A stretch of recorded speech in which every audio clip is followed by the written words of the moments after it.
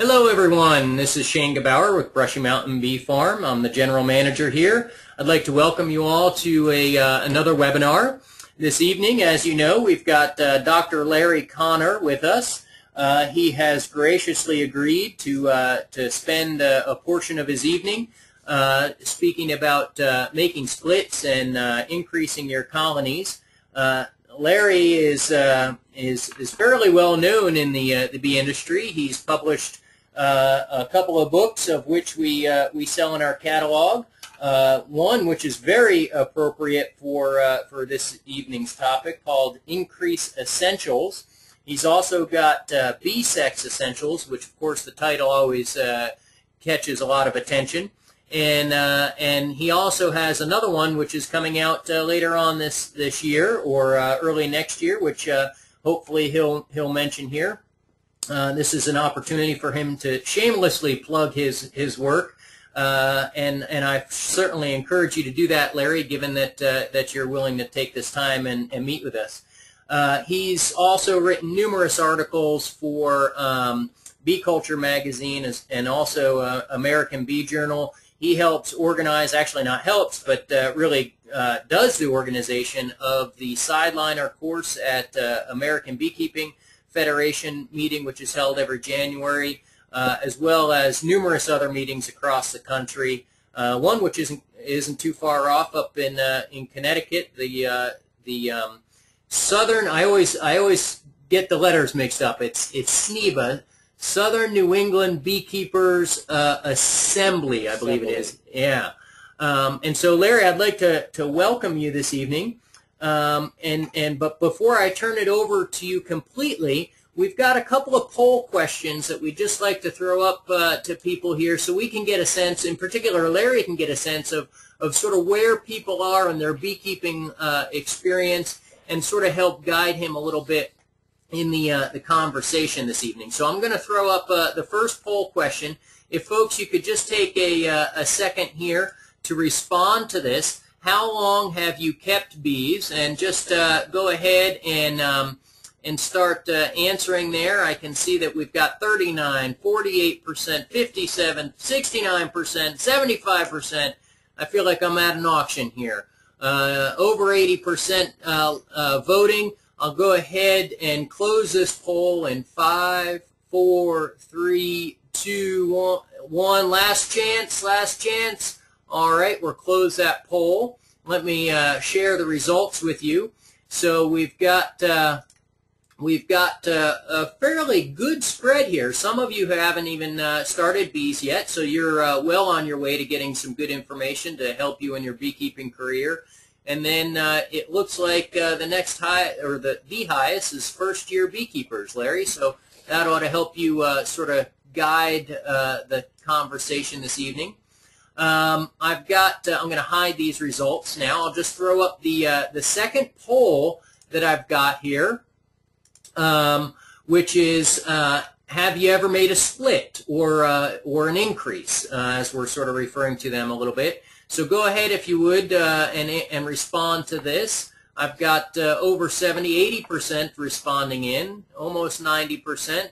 I'll go ahead and close this poll in 5, 4, 3, 2, 1, and closing. Last chance. And let me share the results there with you. So again, almost 50-50. 53% have made a split or an increase, and 48 have not. So Larry, that ought to give you some good insight to the folks that are out there. And we'll go on for about 45 minutes, and then as we're going through, I'll try and filter through some of the questions that we can pose to Larry at the end of this. Larry, again, thank you very much for spending time with us this evening, and it's all yours. Thank you, Shane. Appreciate being here this evening. Now, I just hope everybody realizes that you are in North Carolina, and I am in Kalamazoo, Michigan. That's right, yeah. Just people understand how this technology works, because this is the first webinar I've ever done. So I have the usual butterflies about the first-time technology issues. So bear with me on this, but yeah, we'll survive. There's no problem there. always excited about talking about increased colonies and making them the sort of thing that our team is this evening, because I think that one of the real challenges that we have is how do we function as beekeepers in this, I call it the post-CCD era, where we've got kind of a different emphasis on beekeeping in many different areas. This screen shows you my email address, ljconnor@aol.com, and just in case you're in different parts of the country where Connor is often spelled with an E-R, please note that. And also my website is wicwas.com. That's W-I-C-W-A-S. And the usual typo I get there is people put a K in the middle of it. So don't do that. This is a photo of me, I think last summer, in one of the queen rearing classes I was conducting, and we'll talk a little bit about queen rearing. That's probably ahead of some of you, but not all of you. So the first question is, why do we want to make increased colonies? And I think the easy answer is basically beekeepers are, I won't say cheap, thrifty. And so they want to use the bees they've got. And how can you make more colonies with the colonies you've already got on hand? When is the time to do it, and how is the best way to do it? I'm changing the way I think about some of this, Shane. I'm thinking about new beekeepers, first-year beekeepers should start out with a 5-frame nuke box. And the reason for that is that I'm finding that having that extra hive with an extra queen becomes a real asset for them. And so it's the way we want to look at the future in terms of the way we all keep our bees. The second thing is that, I've been sort of, those of you that have read my articles, you know that I'm kind of down on package bees because some of the problems we have. One of the main issues for me is the fact that these bees come out of Sunbelt states, southern states, western states, southwestern states, and they may or may not be appropriate for where some of you are. Now, I don't know where you are. I don't have a demographic of where you are located. You could be anywhere in the world, right, Shane? Yeah, actually, usually we get a pretty good geographic spread on folks. Larry, so I'm sorry. I just want to introduce Larry. I just want to interrupt you just one second. As I'm scrolling through the questions, there have been a couple people that have just asked if you could speak just a little bit louder. So I just wanted to make sure people weren't missing out on what you were saying. All right, let me lean up to the computer a little bit better. Is that better for folks? We'll give it a try. All right, so one of the things that's happening with a lot of beekeepers, regardless of where they are, is they want to have bees that are somewhat localized to their local area. Some people call these survivor bees, survivor stock, localized bees, and by using nukes, you have an opportunity to expand that as well. And finally, I think that if you produce nukes and you're successful at it, you can use the money to support your beekeeping habit. And I don't think anybody in here needs that further explained if you've been out chasing around bees. Well, of course, Mother Nature has her own way of making increase, and that's swarming. Here's a nice swarm from an old image I found back from the 60s, I think. And you've got to remember that swarming is an instinct. I am always amazed by the number of articles I say, well, you want to select against swarming, but that's sort of like, selecting a cow that doesn't move. So it's in the nature of bees to swarm. And it is the way a colony reproduces itself. Most of you have probably heard this concept of a superorganism, which a honeybee is, and a honeybee colony is, because a honeybee as an individual, as a queen, worker, or drone, cannot live by itself. It has to be part of that social unit. So this superorganism has to reproduce itself through swarming, and that's Mother Nature's way of producing new colonies of bees. Now, as beekeepers, we've got a whole bunch of terms that we use. We're talking about increased colonies today, but we've already talked about making up nukes, and you can see you've got nooks and nukes and nuking. Other people call them splits, divides, set-offs down in the south, central part of the country in Texas. They make set-offs. They don't make up increased colonies. But it's basically all the same concept of you taking some brood away from a strong colony and making up a new colony with that. The word nucleus actually was used by Langstroth.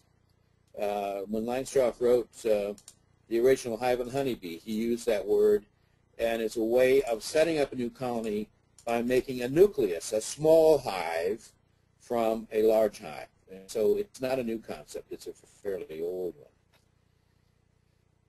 We, as beekeepers, tend to be on the fence about whether or not we want swarms. We don't want our bees to swarm, but most of the experienced people in this group that have had bees for a couple of years are probably chased out there and caught swarms. And I know some of the people listening have gone out and removed bees from sides of buildings. Well, that's another issue. But for our bees, we really don't want our bees to swarm if we can possibly help it. It's a fun thing to see when you're out there in the middle of the bee yard and the colony takes off. Like this was a beautiful day in May in Connecticut. You know, you walk through this mass of bees flying around you, and nobody's stinging, and they fly around in this like fish in a school sort of arrangement. It looks random, but they tell me it's not, and it's pretty exciting stuff. But you don't want your bees to do that. So swarms are a loss for you as a beekeeper. They're probably good for the environment, and a lot of the beekeepers I've spoken to this year complain that all their bees did this year was make swarms to repopulate bee trees. So anyway, so tonight what we want to do is we want to talk about ways that we can redirect this natural instinct and kind of use a couple of simple tools to accomplish that. The first thing I like to do is have beekeepers, especially since we've got over half of you are in your first 3 years of beekeeping or haven't started bees. So what you want to think about doing is using nature's queen cells to make up new colonies. And there are two basic types of queen cells, swarm cells and supersedure cells. And they can appear when the bees want them, not when you want them. And that's part of learning the process here so that you're able to do some of these things. Here's some cells from a Russian colony. This is a colony that has produced, I think that particular one probably produced a dozen to 18 swarm cells. And most beekeepers don't realize that the bees will actually keep the queens confined in those cells. And then you go in to work the colony, you disturb the bees that are keeping the queens in prison, if you will. And so you'll find a dozen or more queens running around, which is one reason why you should always have empty queen cages in your pocket, in your bee veil, or somewhere close with your supply bucket, or if you're one of those people that's well organized, have some on hand, because you can pick up a whole bunch of really useful queens and use them. And virgin queens can be introduced just like any other queen. You just have to know how to do it. So during the swarming season, colonies are going to produce these swarm cells. Not every year. Colonies will have some years they like to swarm, like this year, yeah, at least in the northern part of the country, although I think when I've been in California and Texas and East Coast, we have people that had a lot of swarms as well. The easiest way to do this is just to take a frame of a brood out that has the cell on it, or several cells, and put it into a new box. It's pretty straightforward. Or you can very carefully take a pocket knife and cut a couple of cells out and use a toothpick or a paper clip or something to hold them in, not through the cell, but above the cell, so that they still hang down in a natural arrangement. And by doing it that way, I think it can work out fairly favorable for you as a beekeeper. More here in it. Usually swarm cells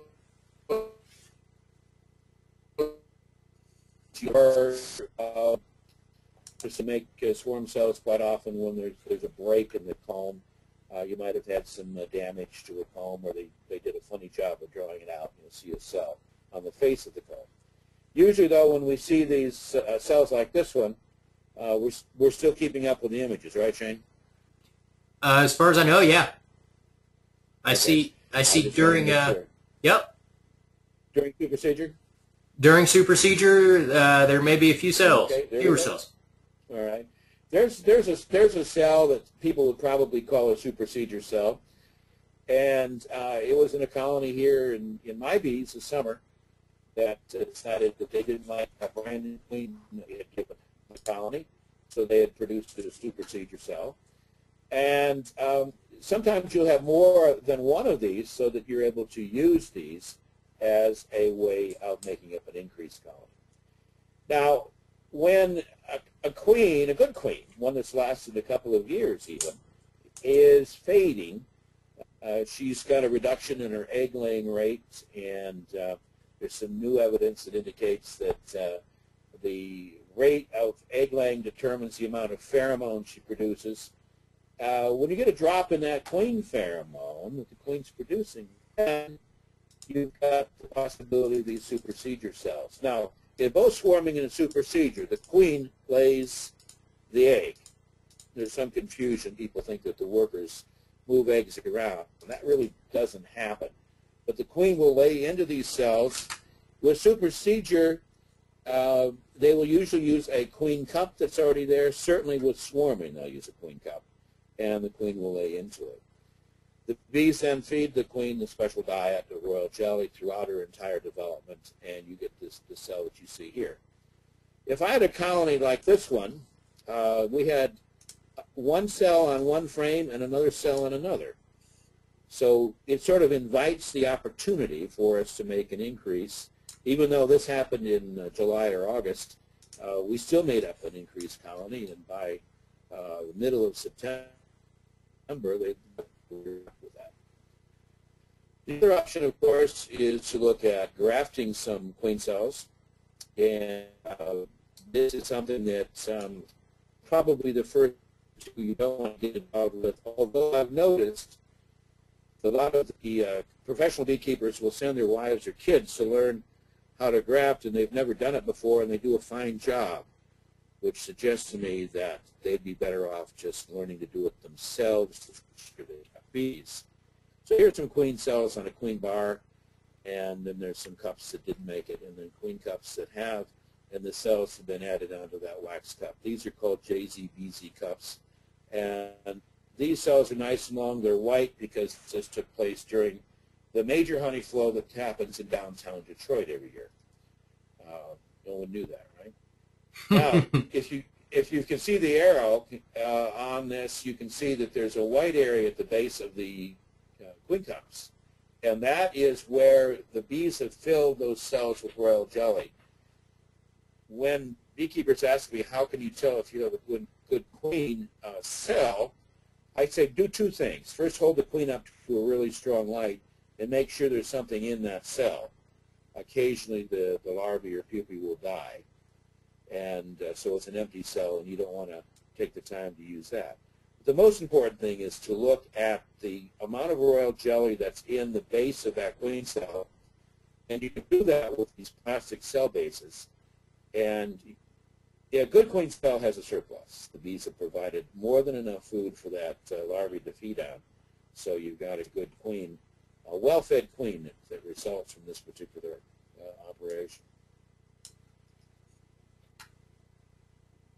Another option, of course, is you can purchase queens. You can purchase queen cells. You can, in a few cases, you could even purchase Persian queens, unmated queens. And here are some mated queens that have come in. They're in a battery box. There's, 5, 8, about 50 queens in there. And they're shipped with a pound or so of nurse bees that have been shaken out of a colony, plus water, and plus they usually add some protein supplements, so they've got some protein there as well. This is a good way of getting some early season queens. It may not fit into your program in terms of having localized stock, but if you're trying to make early colonies, it's a way of doing it in a fairly effective way as far as I'm concerned.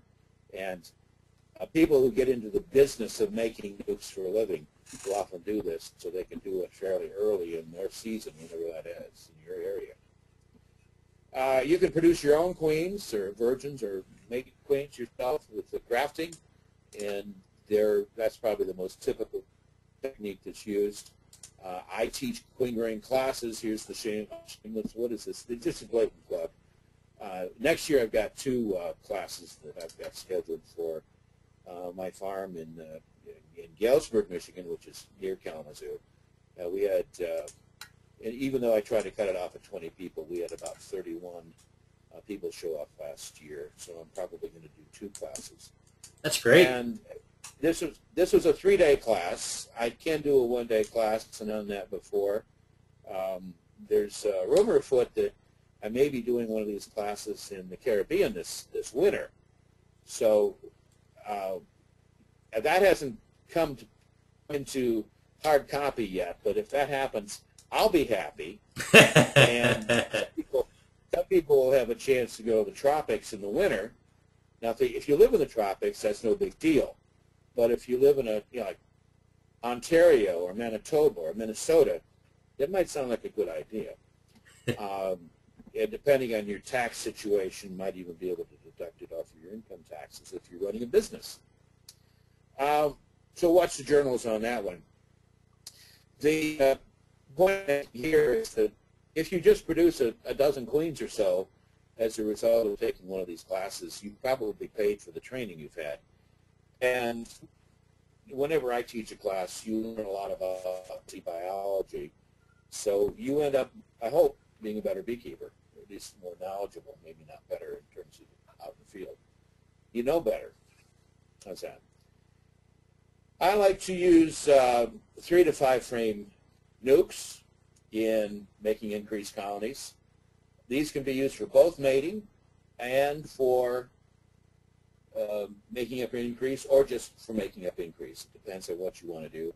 And of course, there are more and more people who now overwinter these nukes. So in the spring, the late spring and early summer, depending on where they are.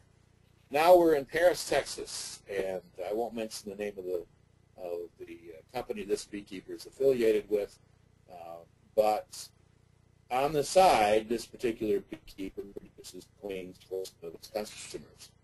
These are all mating nukes, and I don't recall whether they're 3 or 4 frame boxes. I believe they're all mediums. They're not deeps, but you know what? They all work. And the beekeeper is able to produce a couple of queens from each box, from each hive in the spring. And by the way, you notice they've got them up against a windbreak, which if you've ever been to North Texas, you realize in the spring you've got to have wind protection or you blow away, nothing but bees. But if you look at the close-up here, you can see they've got different colors to help with orientation. This is a very simple box. And you notice the cover is simply a sheet of plywood with a hole drilled in it, and that provides a place for a feed jar. I don't recommend those feed jars in really cold places because of the obvious temperature issues. But even here in April or in May, you could use them here in Michigan. Earlier where you are, Shane, in North Carolina. But this is a way of producing some queens, and then either leave them in that box for ace, get some queens out of there, and then produce the queens as they've got them. So here we're looking in that feed hole, and you see down at this lower, about 5 o'clock here, you see a wax cell, and that's a queen cell that's been put into this box. And what had happened here is the day before, the beekeeper had removed the mated queen, and then the next had come out and placed a ripe queen cell into this mating box. So he didn't have to open the colony. All he had to do was take that feed can off and feed jar off and very gently put that cell in so it's facing or pointing downwards. And the bees, of course, go right over to it because they've been queenless now for part of a day. Another approach that a number of people have been writing about, especially in the American Bee Journal, Kirk Webster and Mike Palmer, are using double nukes. And I wrote a lot of this in my book on increase essentials. The double nukes, the advantage here is you're just using standard beekeeping equipment, stuff you've already got, or my suggestion is that every beekeeper, even if you're in your first or second year, you get some extra equipment on hand. That'll make you happy, Shane. But have it available so you can expand your operation when you want to do it. And you just have, when I say double nukes, there are 2 colonies in one 10-frame box. Looks something like this. Again, this is a homemade bottom and cover. I'm not sure the cover's homemade or not, but you've got a piece of plywood at the bottom, and then a rim, and then a standard 10-frame box. You could use 8 frames. I know you've got those there at Brushy Mountain. So you could use 8 or 10-frame boxes. They could be deeps or they could be mediums, and you could use these for if you're increased colonies. And the side view, you see that they've got a side entrance rather than the front entrance. So you've got a solid bottom that's nailed right into the box, and then they've just routed out a little entrance hole. You can just use a chisel and support to make it cool these. And then telescoping inner cover. But what's this white thing here that's hanging out? Well, that's a piece of high technology. That's a recycled feed bag. That's a plastic woven material, and it acts like an inner cover, but it's also it serves as the inner cover, but it actually acts like a little wick. So during the winter it gets some extra moisture out. So this colony you see here, this photo you see right here. Let me just make it bigger. See if this works on live. I say live TV. Whatever we're doing here, live webinar. Live webinar. And, live webinar. Here we go. And so you can see there's the queen cell, JZBC queen cell that they use. Here's the plastic material that they're using from the feed bag. And you see that there's croplets on there, so that's acting as a inner cover.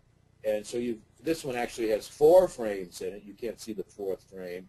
Then there's a divider. Completely divides the 2 units, and that plastic helps keep them separate. And then you've got another colony with the entrance on the other side. This works out really well as far as a system of low cost, increased, and this system was developed in Vermont, and they were one of these units. We'll talk more about that later. Let's just talk a minute about numbers. If you set up a 4-frame unit like this with a couple of frames of brood and a frame of food being honey and pollen, in an empty frame, you might start out the middle of April if you're in the northern areas. This would be earlier in the south, and let's flip this over if you're in the southern hemisphere. So you've got a fairly low number of bees when you set this up, under 5,000 bees. But because you're using frames of sealed emerging brood, that number will go up very nicely. Now, depending on what kind of queen you put in there, then you'll probably have a little dip in the population at some point, because those older bees are going to be dying off, and the new brood has not emerged yet. But when that new brood starts to emerge, so on this particular model, we're looking at somewhere around the middle of May. You can see that by the 1st of June, we're up to around 19,000, 20,000, and by the end of June, we're up to 35,000 bees. Now, that's a pretty substantial colony, and you can see how a colony like this, made up with a couple of frames of brood and the bees on that, and food, can be fairly productive if you do a few basic things. And the things are, don't do anything to interfere with these bees, and feed them. You got to feed these bees if you want to do their job. So you could make up nukes with 3 frames or 4 frames or 5 frames or 8 frames or 10 frames, or somebody just said they had a 7-frame box. Okay, whatever you've got, you can split them or you can use them whole. They can be deep or they can be medium depth frames. There are no real rules on this, and whatever you have available to you that you want to use feel free to use it. I think that's something that we should encourage beekeepers to do, even brand new beekeepers, so you've got an idea of what's going on. So as I suggested before, keep a couple of empty high boxes, maybe set some of these up in anticipation that your bees may produce swarm cells or do some other things that would indicate you've got an opportunity to make some increase. You also have the possibility of just catching a swarm and putting them in one of these boxes too. Now this last February I was down in Dave Mix's operation in Florida. He's a commercial queen producer and produces hundreds of thousands of queen cells every year for use by beekeepers. And he uses what's called a three-way. And so this is an overwintered nuke. This was early February. And they're actually pulling brood out of some of these boxes because they're so strong. So they're keeping them fairly trimmed down so that they will make queens there. But you can actually use nukes as a source of brood if you need to do that or if you want to do that, depending on what you're doing with the rest of your beekeeping operation. Well, if you're going to set up increased colonies or nukes, you want to make sure you know where the queen is. And if you're a new beekeeper, you probably have a certain amount of anxiety about finding the queen. I think that's the one thing. I have students this year that said, I still have not seen the queen in that colony. But we know she's there because of the eggs and larvae. You can go into a nice strong colony that may be on the verge of swarming and you remove some of those swarm cells with the brood that's on there and carefully move the frames looking for the queen. If you miss her, the queen may end up in one of your nuke boxes rather than staying behind in that original colony. Well, you can always switch things around later if you need to. But it's a good idea if you learn to find the queen, and that's one reason I like to have my queens all pretty and painted. And in terms of working a colony, here it takes two beekeepers to work one hive. We're going to work from the outside frame on one side all the way across. So I call the outside frame on one side frame number 1, and you go all the way across the other side. So if you've got 10 frames, to frame number 10, you've got 8 frames to frame number 8. And you're going to inspect, you're going to look at both sides for the queen, and I leave the frames out until I find the queen. And if you've got a good strong colony in the spring, from Florida to Michigan, I've seen about 10 to maybe 15% of the spring colonies will have more than one queen present. So you have to keep your eyes open for probably the mother-daughter combinations, that they tolerate each other. The mother-daughter combinations don't fight the way the sister queens do. So here's a nice big queen with a big green dot on her thorax, so we can spot her quickly. And I like to do that. And I tell beekeepers they need to go out and practice marking and even clipping, but do it on drones first so that they don't have any problems. It can be kind of hard, even with a drop of paint on the back of the thorax of the queen. It's sometimes hard to see a queen, so the paint helps. You're now going to go and pick out 2 or 3 frames of brood, and you're in charge of how much brood the frame. Frame like this looks pretty good. This was in April, and so that's about as good as they get in Michigan in April. Come May, it might be corner to corner with brood, and this is the brood here in this area, and this half moon shape, and this area in the corner and down here is honey, and then in between you'd expect to see a band of pollen and some eggs and larvae there as well.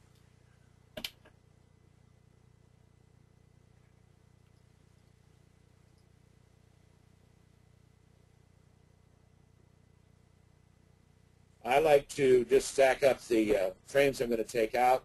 Obviously, I'm not going to use all of these. I'm sorting through to take out the biggest ones. But I've taken 5, 6 frames out of one colony because it was booming. And so the parent colony can donate quite a bit of this. Your objective here for the parent colony is you want to stop any swarming instinct.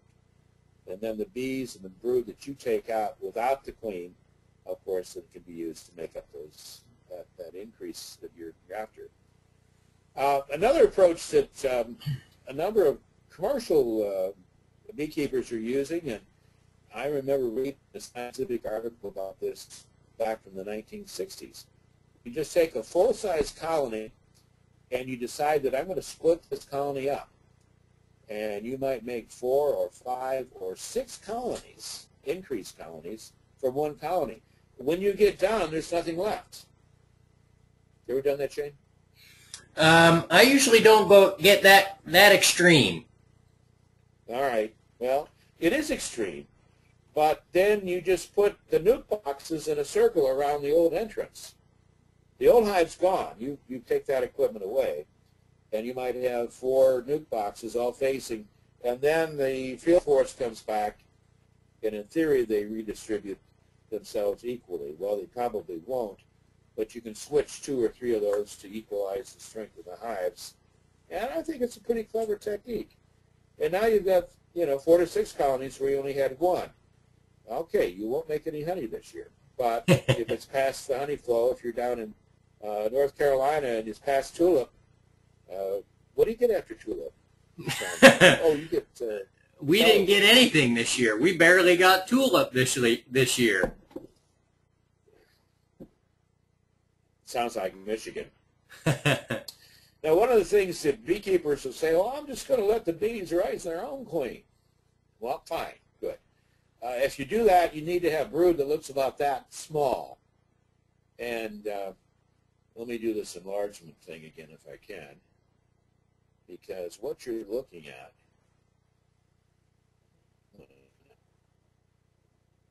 it's fighting with me. There we go. You want to have larvae, so you've got eggs up here in this corner, a couple of eggs, and then here's some larvae, and they're floating on a bed of royal jelly. That's what the bees are going to use for making a new queen. They're going to pick those larvae out. You can't tell as a beekeeper. You won't be able to know which ones they're going to pick out. But the bees will do that for it, and they'll start making queen cells out of it. So do you want to let the bees do that, or do you want to control the situation? So we're going to have a little beekeeper's math test. You don't have to take out pencil and paper, unless you want to write this down. You didn't tell me there was going to be a test. If you take a newly... No. I say this is not a test. Oh, it's not a test. But okay. They can write this information down. These are the answers. Okay. All right. If you install a brand new queen, a mated queen that's been taken out of a mated nuke yesterday, and put her into your colony today, you'd expect her to have her laying eggs in anywhere from 1 to 5 days, depending on how quickly the bees get that queen out of there. So that's pretty fast. If you happen to use a queen that you've ordered from Joe's Queen Breeding and Stormbear Company in Swickley, Pennsylvania, actually, I only pick on Swickley because it's a long story I won't get into. Anyway, and the queen has been in a queen bank. You know where Swickley is? It's near Beaver. Now everybody's going to say, I know where Beaver is. All right. Now, if you have a mated queen, but she's been banked, it takes several days for her ovaries to swell up again. So it's going to be hard for her to produce as fast. Even though she's mated, she's going to be delayed in her production. Now, you can use virgin queens. And so if you buy queens that have been emerged and caged, and they're about 7 days old, it's going to take them somewhere between 5 and 10 days to mate and start laying. I think you probably ought to figure out 10 days as a general rule. You can use a ripe queen cell, and up here you can see a cell that's being put into one of Dave Mix's colonies down in Florida, and here's the JZBZ cell, and they're just putting it in between the frames, hanging it down, right at the top of the hive, and there'll be there's 3 frames there in that 3-frame nuke. Those queen cells are going to take between 12 if they're really really ripe, ready to hatch right away, to about 17 days before you have the queen emerged, mated, and laying. Each step is another hurdle that the queen has to get over. Now, something that's fairly new out of Europe is the use of 48-hour queen cells. And here are some queen cells that are 2 days past grafting. So these bees are actually, what, 5 days old? There's 3 days is the larvae, 2 days is 3 days is an egg, 3 days is an egg, 2 days is a larvae. And you can see the bees have added a lot of wax on there, and there's already a lot of royal jelly. Well, I wanted to try that. We'll show pictures of that later, what we did this summer, and how well that works. But it looks like it's a possibility. But it's going to take you between 2 and 3 weeks before that queen is produced and is out and laying eggs. And finally, to answer the question, should you let bees produce their own queen? If you've got a day-old larvae, like I showed you before, it's going to take between 4 and 4.5 weeks for that larvae to be turned into a queen, the queen to develop, emerge, mate, and start to lay. So that's the cost of using, letting the bees raise their own queen, compared to 4 to 10 days for the mated queen from a queen bank, or 5 to 10 days for a virgin queen.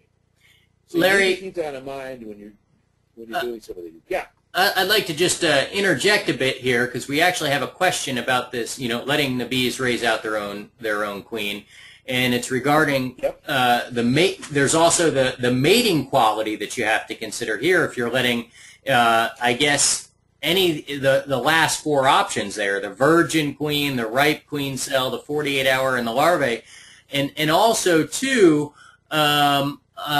It was actually at SNEBA about 2 years ago, maybe, I guess it was 2 years ago, when Dave Tarpey, who will be with us next week in a webinar, was talking about the bees using or raising out emergency queen cells, and about the quality of those queens, because the bees will select any larvae that's appropriate age.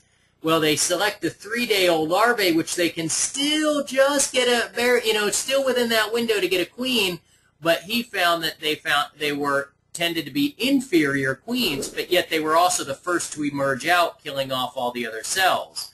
So there's also that to consider too. And I'm sorry if your next slide probably addresses that very point, but I saw the question here, and I just wanted to sort of throw that in there. That's why I put this question in, because a lot of people, they say, well, the easy way to do it is just to let them raise their own queen. And there's some really big names in the history of beekeeping, very successful beekeepers who practice that. And, you assume that if a person's been in business for 40, 50 years, that they've been going to the bank with deposits and not withdrawals during that time period. So they must be successful. So, it's sort of a bottom line beekeeping. The question I have, though, is, will that queen that's been, let's say, better reared, she's in better shape, she's a younger queen, will she produce a colony that produces more honey, or is more productive in other ways that you're looking for, maybe for pollination? So that's another issue. And quite frankly, a lot of beekeepers just don't know enough to be able to tell the difference. And I hate to say that. I think it's true. A lot of people just kind of take it, whatever they can get, and they're happy with it. Now, if you're in the southern area, California, Texas, Florida, even Georgia, all the southern tier states, you might think about having year-round nukes. These would be probably 4 or 5 frame boxes. You might be able to do 3 like Mexico. But it's a possibility that you can keep these queens going, and you've always got some on hand. But for most of us, I suspect in this group that we're talking to today, we need to think about ways that we can produce nukes to either make up new colonies of bees this year or next year. And you don't want to make up nuke boxes until the bees are making a profit in terms of honey production. At least breaking even. They're not using up reserves. That probably means that here in Michigan, I'm not going to try to do this on a good year in early late April, early May, and this year, late May, early June, because the season was so darn retarded. The weather was retarded, not the beekeeper.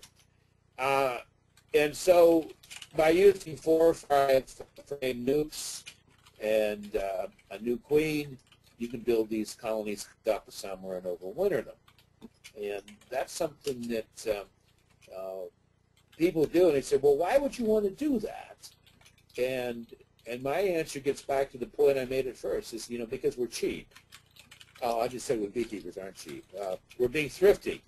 Because if each one of these boxes has the potential of becoming a new colony next year, that by the 1st of May it'll be filling up 10 frames, and by the 1st of June it'll be in second deep and maybe even in the super with honey, that really speaks loudly to me.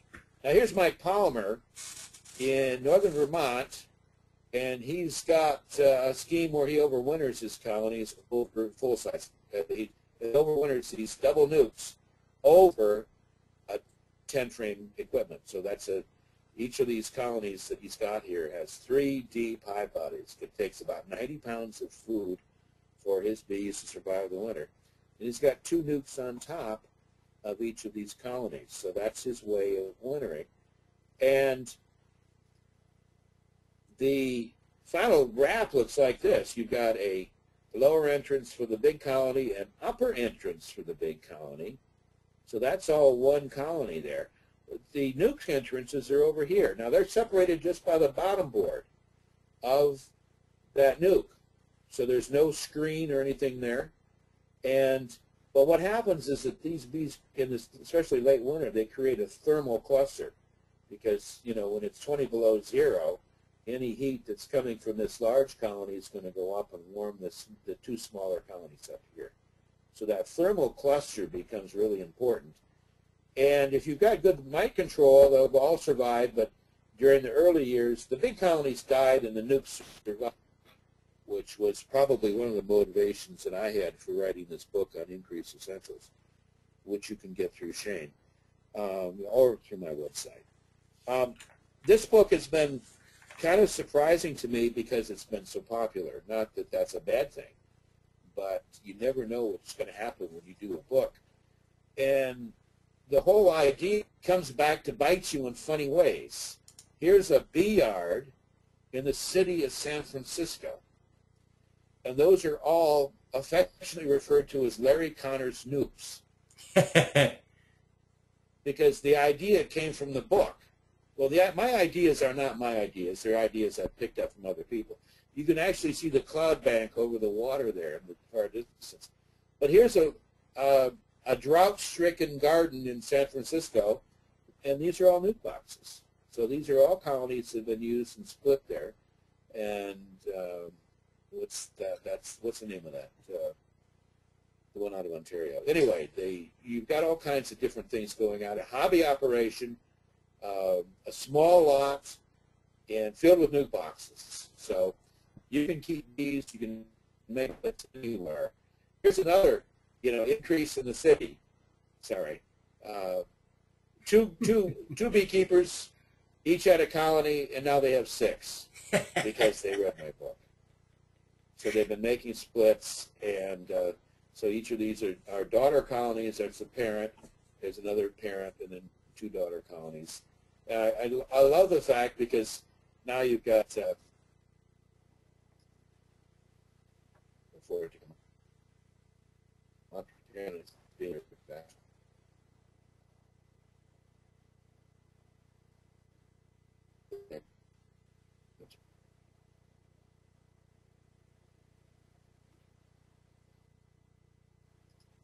So anyway, you've got a nice bee yard with a view.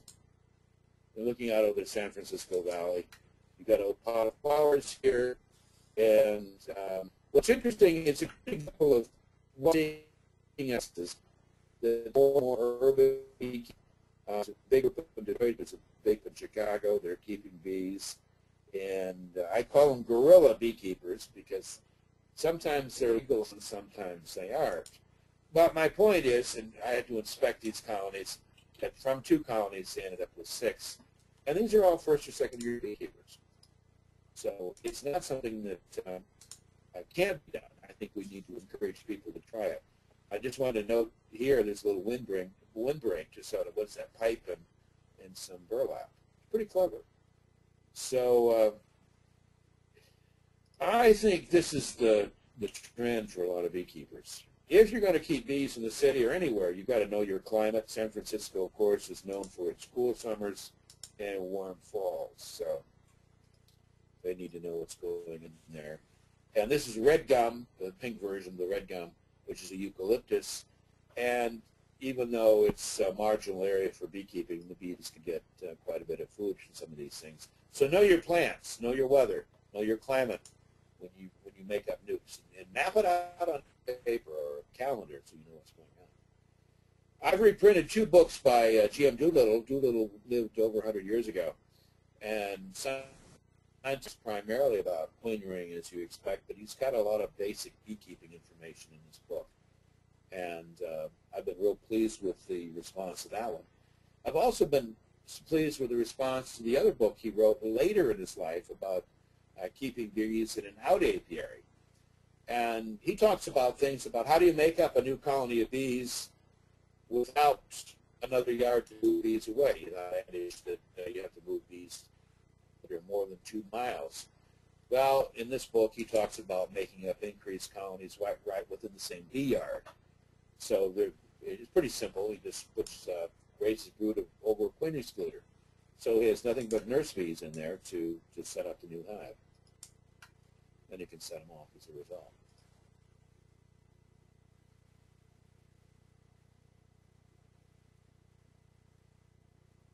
Now this is the new book. This is going to print either tomorrow or Monday, and Queen Ring Essentials, and about 100 pages, 160 some color photographs. It's just crammed with all kinds of information.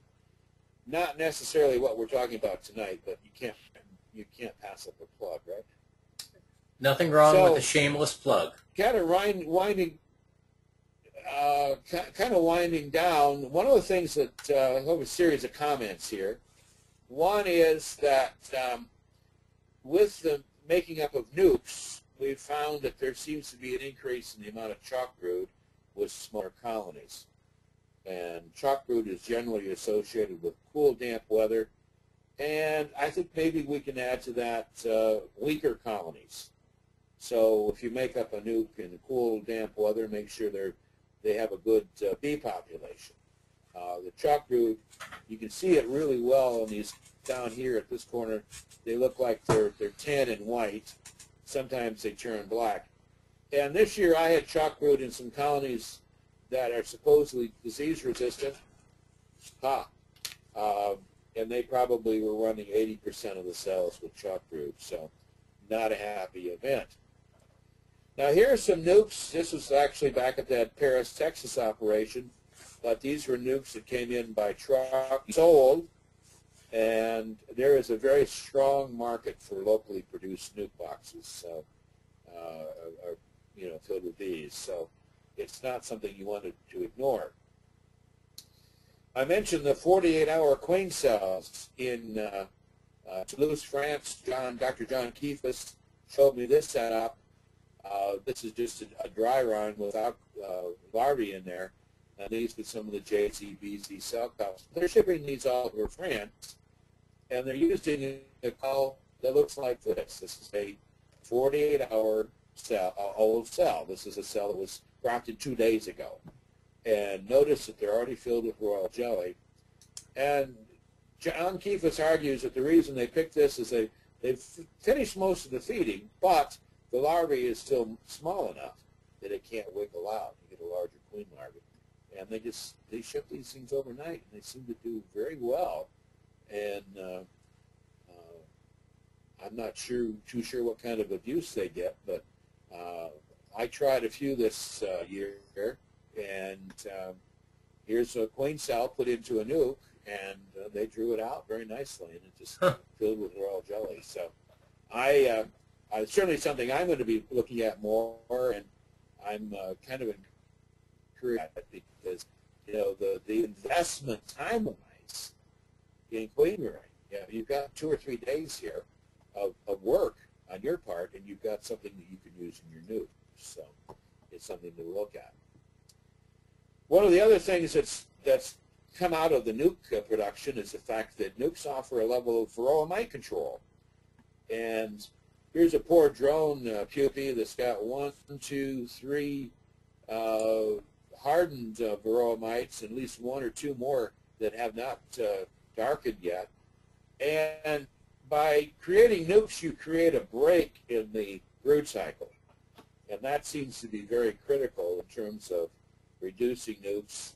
The mite level in these mite observations a lot of years has been that people who make up these increased colonies and maybe tie it in with something fairly basic like the powdered sugar dusting with screen bottom boards, they end up with colonies they don't have to treat. And that makes a lot of sense to me. Now, this is down in Louisiana. This is actually the Russian mating yard. This is one of the USDA photos. But if you look at making up nukes, so there's, I think, groups of 4 nukes down the bayou. I'm not sure they're still there anymore. But, it's possible that even a beekeeper with 10 colonies or 20 colonies could be producing extra nukes every year and selling several of them. And as I said, you got to support that beekeeping habit somehow. Well, like all things in life, you've got to be patient as you learn. No response. Okay.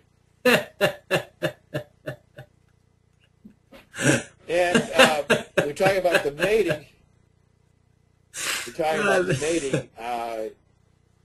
You've got to. You do have to have a plan for drone production. And here's, you saw the Peerco drone comb there? Yeah. Shane? Yes. Yeah. I recommend it, and I put it, this is what I call a number 3 position, which is usually on a full-size colony. This is right on the edge of the brood nest. And so we want the drones on the outside there where they are instinctively placed in nature, even in wild bee trees. And people have used these as a way of putting them in the freezer and then putting them back in, or scraping the drones off there because it's that plastic midrib. You can just use a putty knife. Now, what I do is, for queen rearing class, what I teach people is to take these out, put them into nukes, and then use powdered sugar as the drones emerge, the worker bees emerge. Of course, you've got to move worker brood with it as well. So it gives you a way of controlling the varroa mites and having drones for mating. So it's the bee sex version of having your cake and eating it too. Okay, this is what you're supposed to show. Oh, bee sex. Yeah, here's the original bee sex cover. This is not the final version, and I was too lazy to look for the final version today, even though it's sitting here on the bookshelf. I didn't want to take another picture. That was supposed to be the original cover photograph, but we switched it at the last minute because of some technical glitch. But the big thing that I make in the bee sex book that I like beekeepers to remember is this. Here's a dissection by Anita Collins, this technician when she was at USDA in Beltsville. Here's her laying queen. And you see these 2 large ovaries that are filled with about a total of 370 ovarioles. And there's a lateral oviduct here, a lateral oviduct, and a median oviduct. There's an egg in there. And here's the sperm theca. That's the sperm storage sac. And as the eggs pass through this, they release some sperm and they get fertilized. So keep that in mind, and I'll show you the next picture of a queen. A laying queen, just like this, has been put into a queen bank and stored for some time. Her ovaries shrink up. Now, she still can lay viable eggs. But my point in showing this is that banking can be detrimental, and I'm afraid if this queen is released very quickly, it should be killed. And which is why, if I were a beekeeper buying queens from somebody, I'd say, have these queens been banked? And if so, how long? And then if they have been, that doesn't mean they're bad. It means you've got to delay their release for at least 5 days, maybe 7 days before the bees get out. So that wraps up what I had to say. I don't know how we're doing on time, Shane.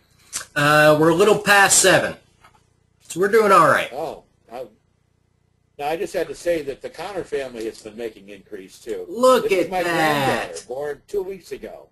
Look at She's that! So. Congratulations! So you know, my daughter's 37, so we've only been waiting a while. So yeah, I'm going up to Alaska to see her in a couple of weeks, so that'll be fun.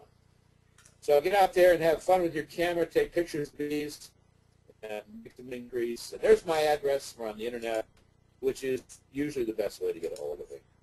And all right, any questions? We do have some questions, and I've got some too. And I've got one that I'd like to start off with.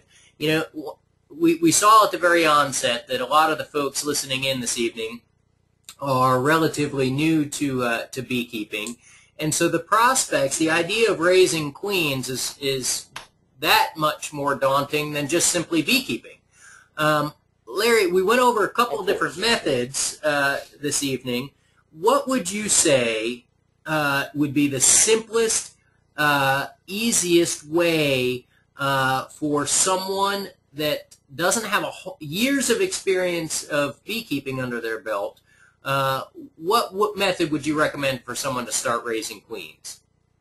Well, I'll go back to what I said about using nature's queen. Use the queen cells that Mother Nature gives you. So that if you're keeping bees here in Michigan and you've got swarm cells at the end of May, that's time to make up nukes. You don't have to raise queens. The bees have already done it for you. Okay. If you don't have a year that the bees are producing these swarm cells, and by the way, some people say, oh, you should never use a swarm cell. And, you know, when I made the comment about that's like having to never move. It's an instinct. It's part of their behavior to make swarms. So they're going to eventually do it. You probably have seen a selection towards swarming since varroa mites have appeared, because the colonies that swarm more probably have some natural defense against the varroa mites. Why? That thing about the break in the brood nest. No, that's a sidebar. Going back to your question, Shane, I would use nature's queens. The second option is that I wouldn't try to raise queens the first year or two.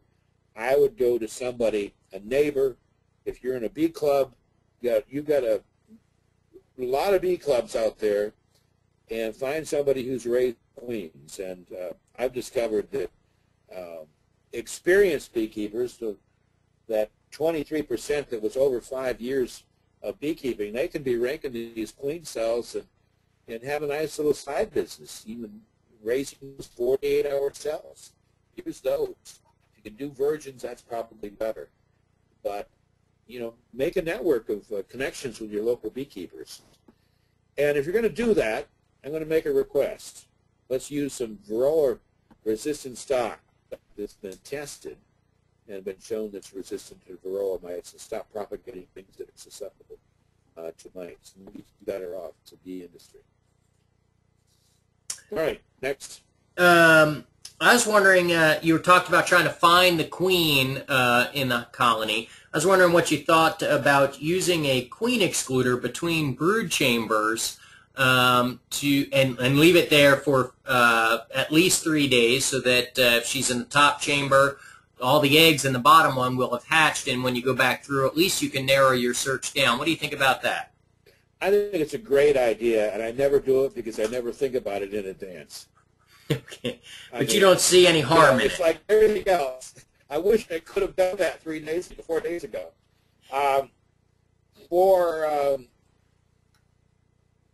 one of the things that I mentioned the little books for was because he would simply take a colony of bees that's in two deeps or two mediums, doesn't make any difference what, and put the queen excluder on the first box, and then shake all the bees off right at the entrance.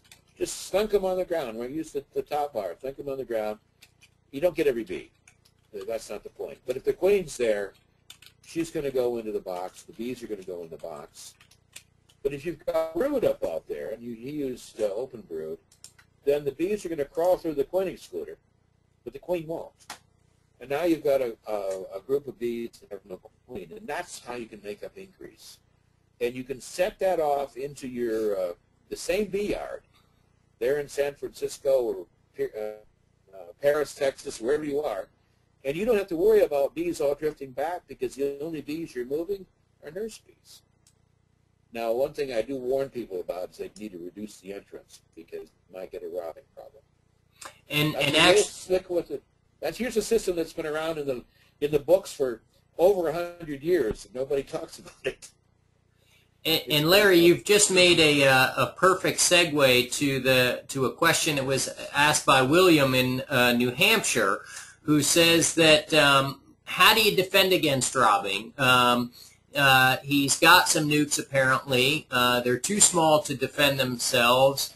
You can't seal them up completely. The entrances are reduced as much as possible, but robbing still has been really bad apparently in New Hampshire this fall. So do you have any tips to help protect a weak nuke against excessive robbing? Yeah, I've got two suggestions. I have the same problem here at my bee yard at the farm, and we have class members that have their students out there, and it's pretty frustrating when you work in bees and you look down and you see more yellow jackets than you do honeybees. And of course, that's just the non-apis robbers. Then you've got the colonies that are robbing each other out. I think that for small nukes, they need to look up the technique developed by Harry Laidlaw back in the 50s or 60s. It's in his book on queen rearing that I sell, but it's called a robbing screen, and all it is a decoy entrance. So you have a little wooden rim with a window screen on it, and so the owner of the hive in the normal flight pattern has a window screen over it, and then you have a hole for the entrance that's just one bead wide. Just one bee can get in and out at a time, and for a weak nuke, that's the way to do it. And it's hard for those robber bees to find it because they're attracted to the odor of the hive, and it's going to take them a while to find the entrance, and then when they find it, they probably won't be welcomed in. All right. How do you get enough food into a nuke box that will provide that colony with enough resources to make it through winter? We started feeding the 15th of August, and we're still feeding. So that's the key right there, is just keep feeding those nukes and we've been feeding both the Mega Bee diet. Not that I'm big on Mega Bee, but that's what I pick up sometimes. I've used some of your competitors' products too, Shane. I hate to admit it, but when I'm eating, I pick up both there, and I don't have any preference one way or the other. My wallet does sometimes. But the big thing is to keep that sugar syrup going in, and we've tried a variety of things with new beekeepers this year on sugar syrup feeding. And I hate to tell you, I've had some problems with my students and the top feeders. So I've gone back to some of the division board feeders, and we've got sponges, pieces of natural sponge that we put in there so the bees can float out on them. And that seems to work. Even those feeders are roughed up inside and so forth. You don't want to lose a lot of bees. Right. But earlier this month and all of last month, they were emptying those 1-gallon feeders. Some of them, those nukes, were emptying them in 2 days. That's wow. how much food they need. So we want to have those 5-frame nukes with 4.5 frames of food and about a half a frame of cluster space. So no matter what size you've got there, you want to have a really dense food supply. And the reason we're feeding the protein, just as a sidebar here, as if you've heard anything about fat bees, skinny bees, I'm not talking about myself, I'm talking about the bees now. We want to have a lot of fat bees that are nutritionally well fed going into winter. And my editor, Kim Flottam, I think you've had him on this series. Sure. Kim talks about feeding the bees, to feed the bees that go through the winter. So you've got to have healthy bees producing the bees that they're going to go through the winter, and that is really important. So that's why we start in August, even though we've got natural food coming in, because we might have a wet, damp period for 3 or 4 days, and I want those bees to keep eating rather than start destroying eggs and larvae. When you look at some of the literature, you see that after summer solstice, in June, bees become much fussier about the brood they keep on board. And by the time you reach August, they might be throwing out 20% of the eggs and larvae that the queen produces because conditions aren't that good. Now, if you're in the middle of the nectar flow, you're lucky. But this year has been a pretty miserable year in most of the Midwest. And I'm afraid that a lot of people are probably in the same boat where they are. So feeding is the absolute necessity. Now, back in the dark ages when I worked with the Daydance and Harvey York with a bee breeding program called Genetic Systems, I talked to Harvey York about feeding bees. And he made a point that I want to repeat because it's one that sticks with me and I think it's very important. So when you feed sugar syrup, you don't lose that. That's either turned into bees or it's stored. There's somehow a mythology amongst some beekeepers that if you feed bees, you make them lazy. Well, that's sort of like the cow and the moo. The instinct of the bee is to hoard food. There's some really great studies on hoarding behavior, and I'd like to see everybody try to learn more about that. It is in the nature of the colony to hoard as much food as they can. And if you give them 3 days of hoarding when Mother Nature doesn't provide food for them, your colony's better off. We've got a couple of questions that are along the same lines of feeding, and we can elaborate on this a little bit more. Is it ever too cold to feed during winter, or should you ever stop feeding? We've got some people up north where they're getting snow right now. You getting snow up there, Larry? See, Andy, we had snow this morning, flakes, and we're supposed to have some tonight. Not to stick, but we still have leaves on our trees up here. This is way too early. We're about 10 to 15 degrees below average temperatures right now. We got up into the 40s today. It should be up in the 60s. Anyway, enough of my complaining. What temperature do you stop feeding? Well, I wish I had a good answer because, I had a discussion with my younger brother who kept bees back in the 70s, and he said, oh, you stopped feeding October 1st in Michigan. And, as one who's been feeding since October 1st, what happens is, remember, individual bees are cold-blooded. The colony's warm-blooded, if you want to think about it in terms of a superorganism. But the individual bees, they get chilled. So they're going to take down less food when it's 43 degrees out than they will at 63. So their feeding rate is going to be diminished. Second, they're not going to be able to process that sugar syrup. We're feeding a thick syrup, 2 parts of sugar to 1 part of water. And they still need to process that into a honey-like product. So they have to do the inversion that goes on with honey. So at some point fairly soon, we probably will go to using a honey candy or a fondant. And a number of people here in Michigan and Kim Flottam and others, they have gone to using a mixture that's used for making frosting. And it's basically sugar and probably a little corn syrup. There are recipes online you can get. I don't know if you've got them there, Shane, or not.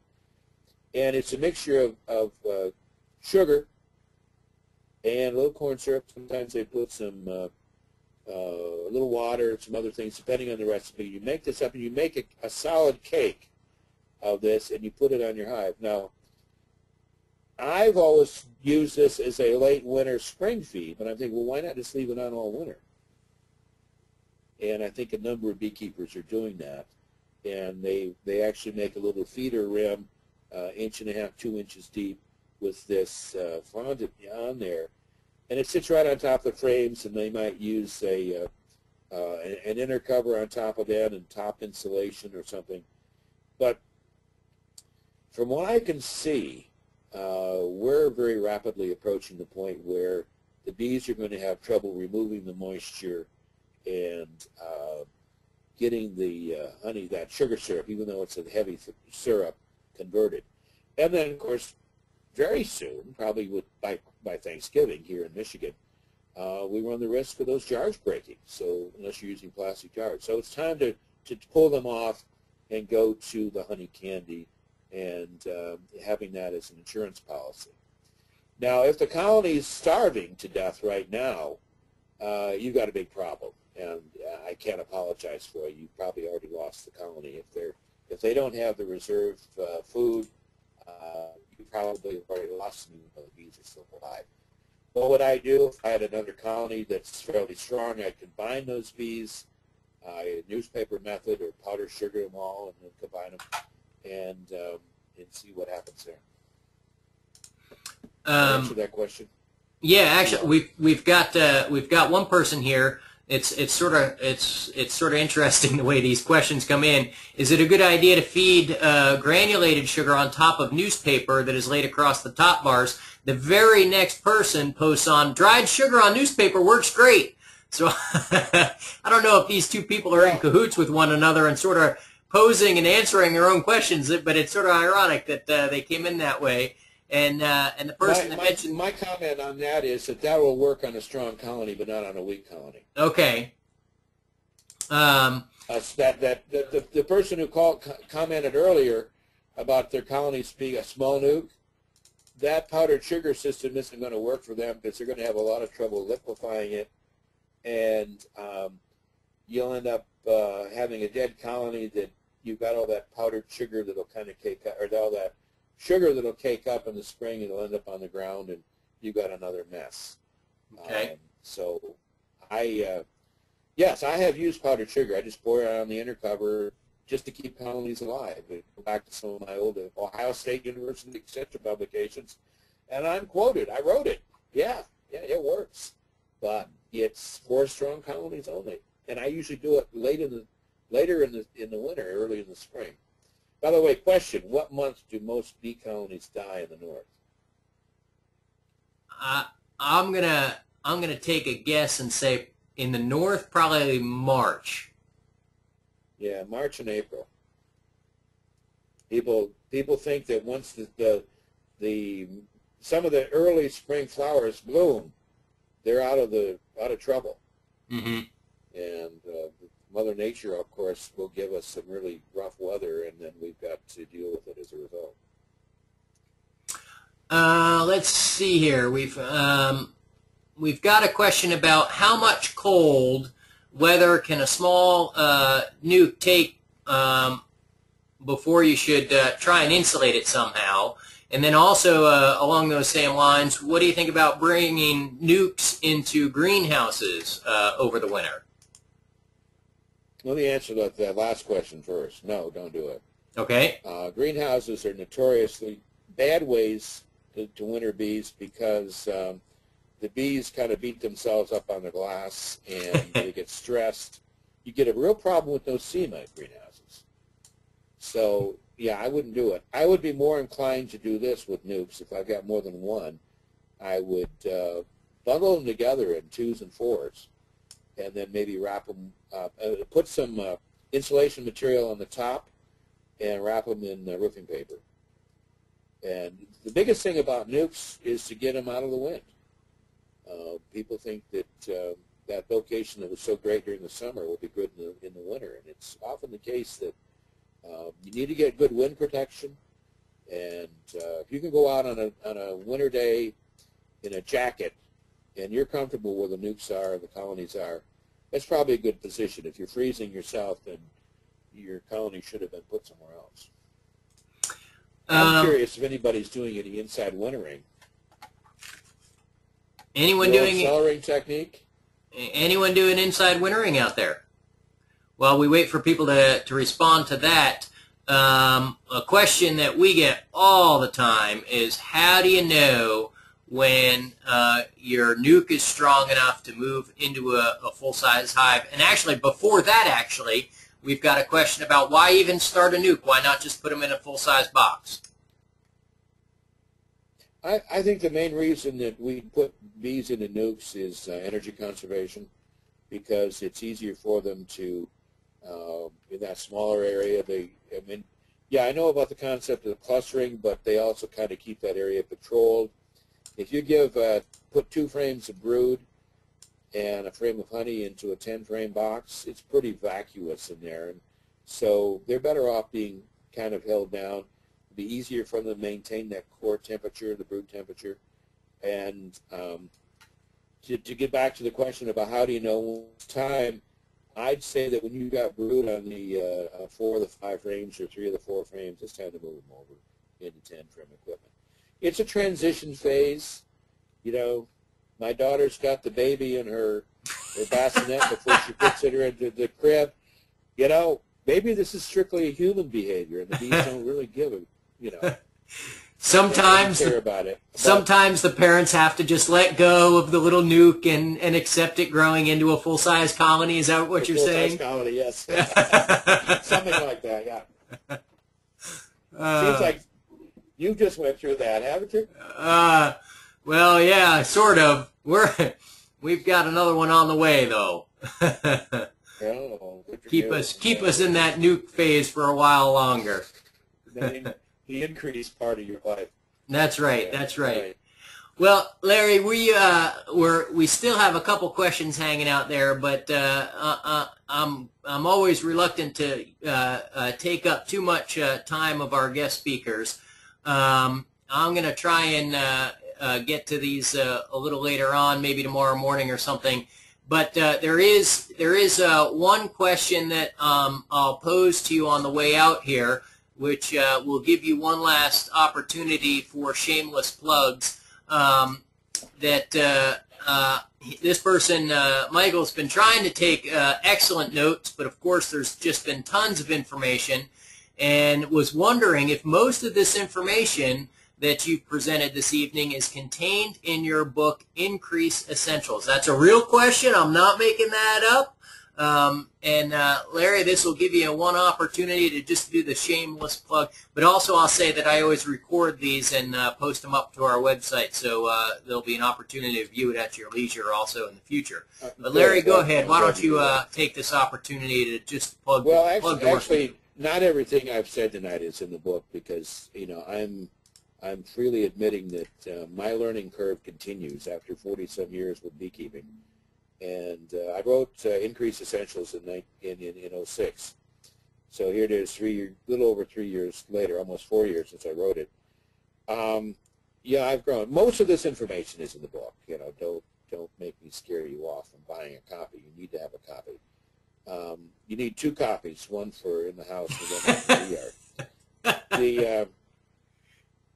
And I've been told that. People say, I need 2 copies. And then there are the people that, actually the book has been used by a number of bee clubs as their program, that they've used that in their bee schools and so forth. So that's been really kind of exciting to see that. I think that as we move forward with the whole development of what I call it the move toward revising the way we do things, we'll see more and more beekeepers nukes their first year. And it'll be just part of regular beekeeping that you get a setup hive that includes a nuke and instructions of when you need to use it and how to do it. I've had with my classes, I think everybody in my class has learned the advantage of having an extra hive, an extra queen on board. Not that they're too bad, but we've had a tough year. So having those nukes has been really useful.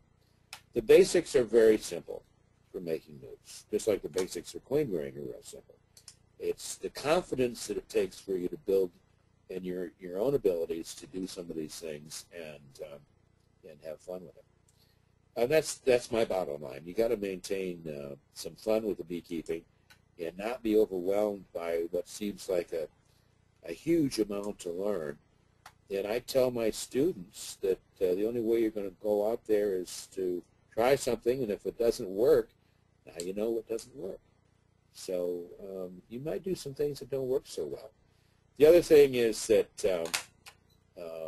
I learn so much from the students that I teach that it's very gratifying to have that kind of contact and feedback.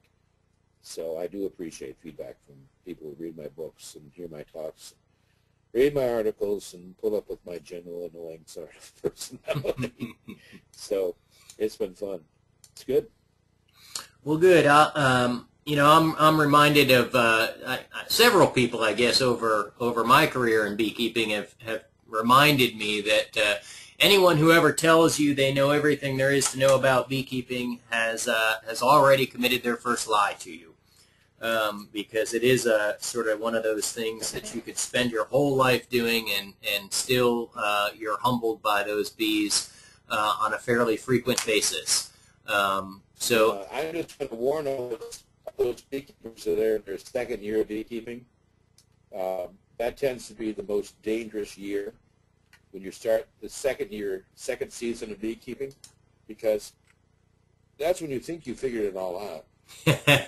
You got all the answers. And in your third year, you realize you weren't as smart as you thought you were. In your 40th year, you realize you haven't learned anything yet. So those are excellent parting words, especially for those beekeepers that I think it was 30-some-odd% that are in their first year. Remember those words as you round the corner and go into spring next year. But enjoy being a beekeeper. It is absolutely. It's a wonderful thing to do. And the thing is that I'm always amazed by the enthusiasm of those first, second, third year beekeepers. But it's even more exciting to see somebody who's been keeping bees for as long as I have, who's just as enthusiastic. So, yeah, have a good time and start putting those nuke boxes together. I want to see a lot of people selling nukes next year. Well, can I end with one story? Shane? What's that? I have a closing story. Feel free. All right. I was in Kentucky, and my book had been out for a year. And a young man came up to me and said, "I bought your book last year." And I said, "Good, good. Did you read it?" He said, "Oh, yeah." So, well, he kind of paused. And I'm always worried about somebody who pauses when they're having a conversation. And he says, "Well, I made up 24 nukes." And I was pretty impressed. I said, "Oh, well, how'd they go through the winter?" He said, "Well, I got 23 of them come through the winter." Now, this was March. He wasn't through with winter yet, in my estimation. And I said, "Is there a problem with that?" He said, "What the heck am I going to do with 23 colonies?" So there was one of the meeting planners that overheard this conversation, and she went and grabbed another name badge, one of those peel-off badges, and said, "I have nukes for sale." And by 10 o'clock that morning, he sold all 23 of those nukes. So there's sort of a motivation of sorts for getting into making inquiries. And with that, I'll shut up. Thank you. Well, thank you, Larry. And actually, that addressed perfectly one of the questions that was asked but didn't get, or was posed but not asked, which was, so if you make a split to reduce swarming, what do you do with that split later on in the year if you don't actually want to increase your colony numbers? And so that story answered that fairly well. So thank you very much. And Larry, thank you very much again for taking some time with us this evening. Your wealth of knowledge is always a pleasure to just glean just as much as we can. You certainly have a lot of experience behind you in your travels and meeting with various beekeepers and seeing how they're doing things. Certainly only contributes to all that information that you've shared with us this evening and also share with us in your articles in the magazines and such. So thank you very, very much, Larry. I surely do appreciate it. And thank you all for tuning in this evening. And I'll just remind you that we've got another one coming up next week with Larry Tarpey talking about queen quality. So did I just say Larry Tarpey? I'm sorry, yeah, Dave. I'm confusing the two. It's getting late in the evening. So it's Dave I'm a Tarpey. fan of Dave Tarpey's, so I plan on listening to that one too. His stuff is always really good. Yeah, he's got some really great information. I'm sure that'll be very interesting as well. So thank you again, Larry. I appreciate it, and we'll be in touch. You're welcome. Have a good evening. Good night. Bye. Yeah, take care.